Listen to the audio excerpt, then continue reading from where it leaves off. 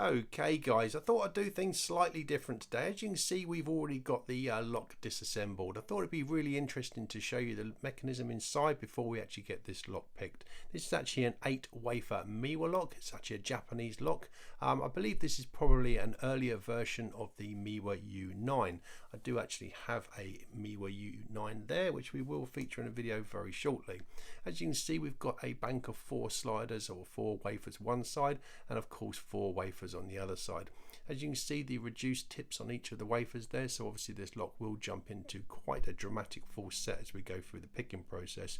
The little reduced tips there do actually interact with 2 channels in the actual lock body themselves there, and it can be quite a tricky lock to pick. Certainly if you overset one of these wafers, just quickly overset that one there. As you can see, it's actually got the reduced tip there as well, so of course that gets hung up in the channel of the lock. So actually a wonderful little lock. Actually, I'm very pleased I actually managed to get one of these into the collection, and as I said, I will feature the U9 in a video very shortly. To actually put it together again, it's actually very straightforward actually, which is why I thought I'd also take it apart first. Just give that the wiggle, and of course we're in. It's got this little cover plate there, which of course we will just get there, and of course we're just going to use one of the screws to actually get this secured to make sure the cord doesn't come out the back. As said, you need a very balanced tension with this, and quite a precise pick placement. So of course what we'll do, we'll get the vise over and hopefully get this picked in a relatively straightforward time. As I said, it can give, can chuck up a few little challenges, but hopefully today it'll be okay. Okay, listen, we've got you zoomed in there. Of course, to pick it, what we do, I'll tell you what I'll do. I'll quickly show you the key actually. Wonderful little key actually. It's very unique looking. You don't see very many of them around.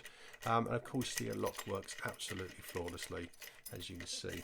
Of course, it's all locked up there. So back to this, we will actually use a little side tension wrench there, and of course, we're just going to use a sort of shallow hook from the Sparrow set. Okay, so of course we're going to go through looking for binders. Obviously we've got 4 sliders one side, 4 the other side. So of course we'll start with the right side there. Okay, got a nice little click there out of slider number 1 or wafer number 1. Nothing on 2, nothing on 3,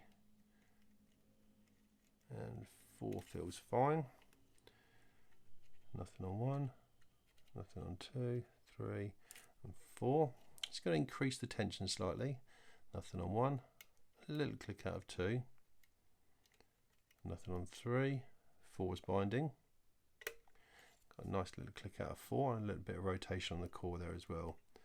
Nothing on 1, nothing on 2, 3, 4's binding.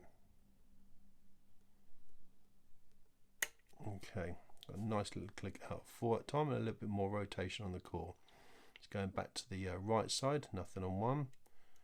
Nothing on 2, 3, a little click out of 3, and nothing on 4.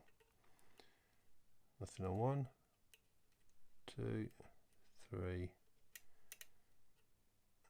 actually 1 is binding. Okay, we got it open off 1.